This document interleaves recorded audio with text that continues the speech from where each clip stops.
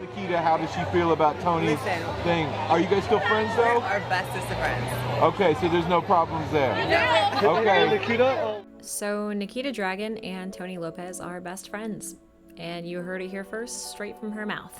I just got done with about a 3-hour-long stream just talking about different predatory behavior on social media in general, and so ignore a little bit of a disheveled state with my makeup right now. And this is my second time recording this video. It is now 2 in the morning and I would like to have this out by tomorrow, so we just go on with it.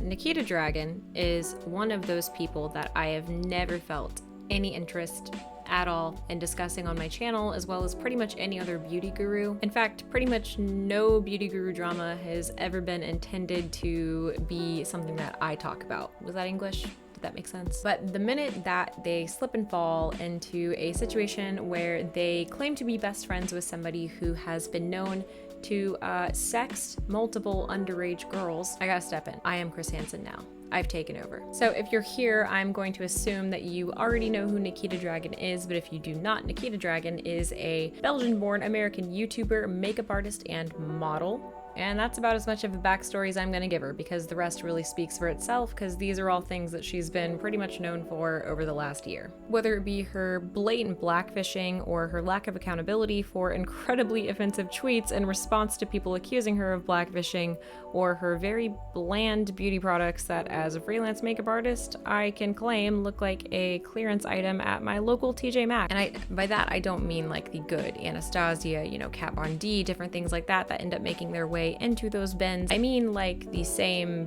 quad of different colors to contour and blush your face with that we've all seen time and time again. And there's really no variation, especially not for $45.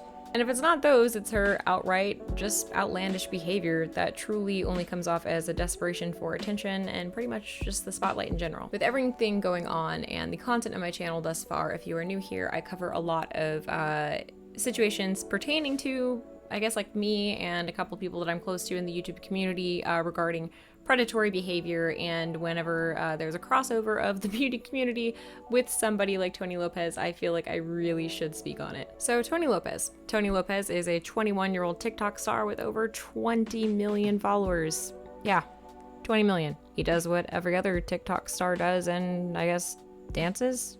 You know, those awkward TikTok dances where men get shirtless and radiate such cringe energy that it makes you want to crawl out of your own skin. Yeah, those ones. He's a member of the Hype House along with his twin brother, who also fell under fire with a sexual assault allegation in June.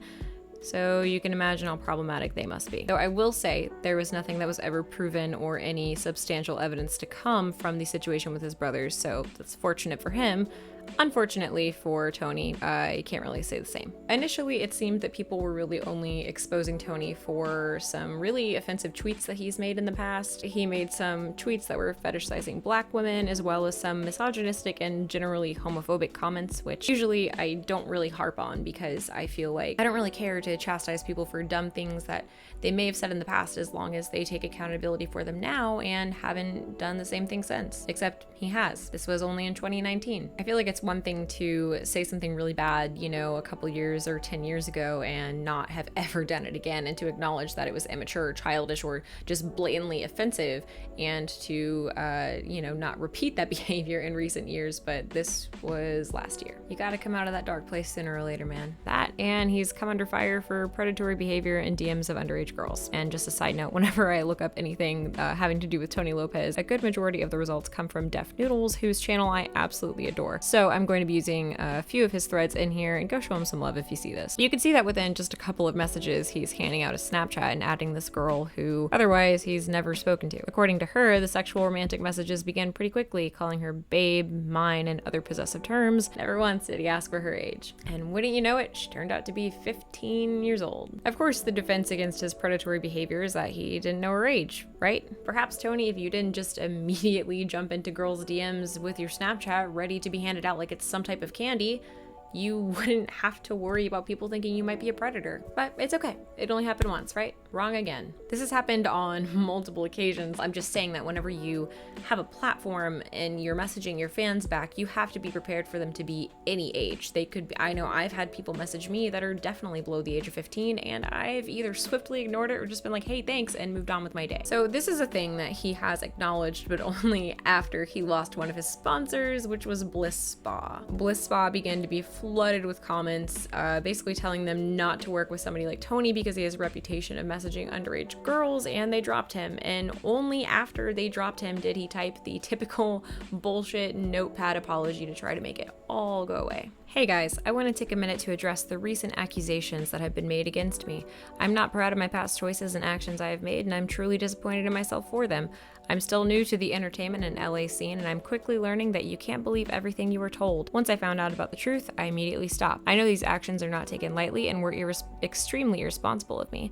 As a young man, I will hold myself responsible for this mistake rather than run from it. I will learn from it to help better educate myself for now and the future. I promise I will make better, well-informed decisions. So here's what... So if you don't know what's going on and you see somebody you follow post an apology like that, you are not going to have any idea what's going on or what they're apologizing for. What really bothers me about this is that he says, I'm quickly learning that you can't believe everything you are told. You weren't told anything because you didn't ask for anything.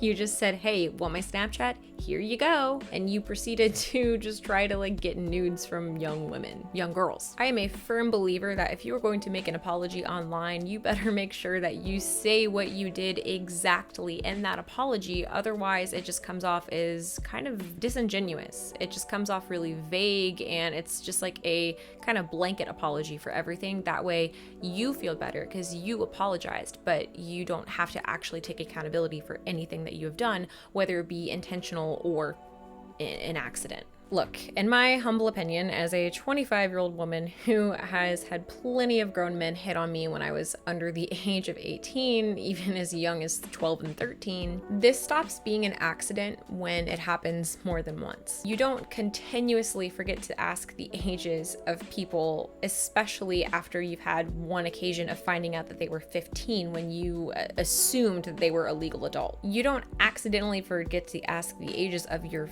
fans, your audience, your fan base that you intend to try to manipulate into sex or coerce them into romantic interactions with you. When you have such a huge platform, 20 million followers just on TikTok, over 20 million, I think it's 22. When you have over 20 million followers on at least one of your social media platforms, even if the girls messaging you are legal adults, there's going to be a power dynamic. And the bare minimum, the very least that you can do, you sure as hell better make sure that you ask how old they are before you hand out your Snapchat, or at least before you tell them that you want them to...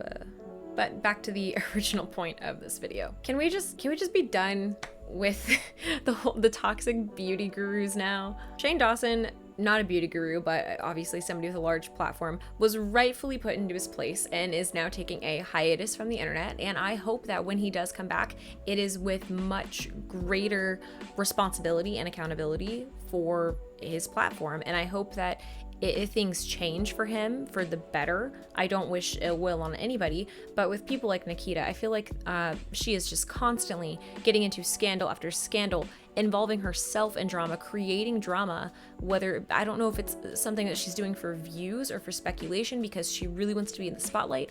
I can't relate because I'm not somebody with a large platform, but I feel like it must be so easy to be absorbed with the toxic behavior of, I guess, being a social media influencer. I feel like when you have so many followers, you're kind of like 1 foot in at all times with like people who are constantly in scandals, or people who say things without thinking, or just tweet everything that they feel without taking into consideration how they might be hurting somebody else. I feel like with Nikita, I can't tell. She kind of has the Trisha Paytas effect on me, where I can't tell if she's trolling half the time to try to get a rise out of people, or if she's genuinely saying these things. Because when you say something like, what race is Nikita gonna be today, knowing that you have a history of offending people of color for what appears to them to be blackfishing, and that's your response, I feel like that goes beyond you trolling and trying to get a rise out of people. That is you blatantly being disrespectful, and I feel like maybe it's just so ingrained in her head to be on the defense now because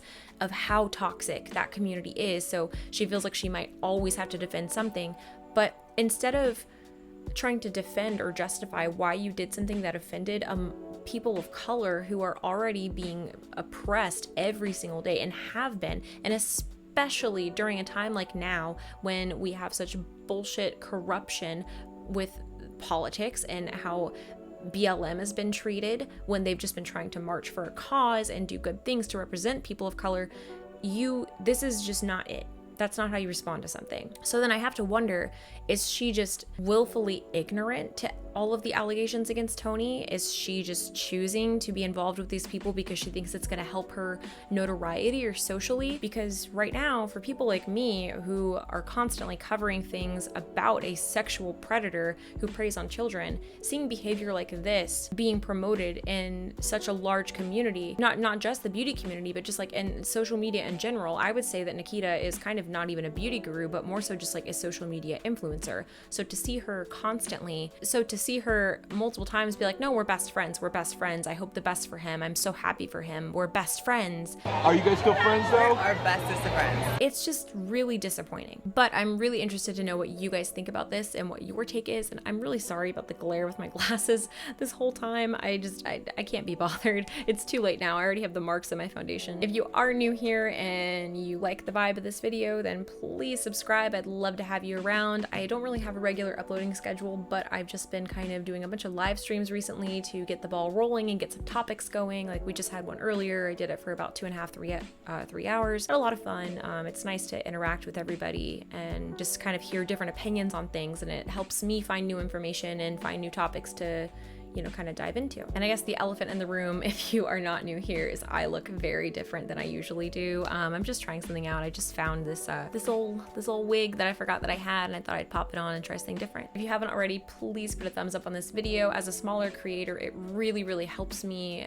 I know it's super cliche to be like, oh, thumbs up, whatever, but it really helps my engagement, and it really, really helps if you comment something down below. If you like something, it pushes me out there and helps me get a little bit more engagement on everything, and I really appreciate it because right now with COVID, this is kind of all that I'm doing other than a couple of other little online jobs. If you made it this far, thank you guys so much for watching, and I will catch you guys next time.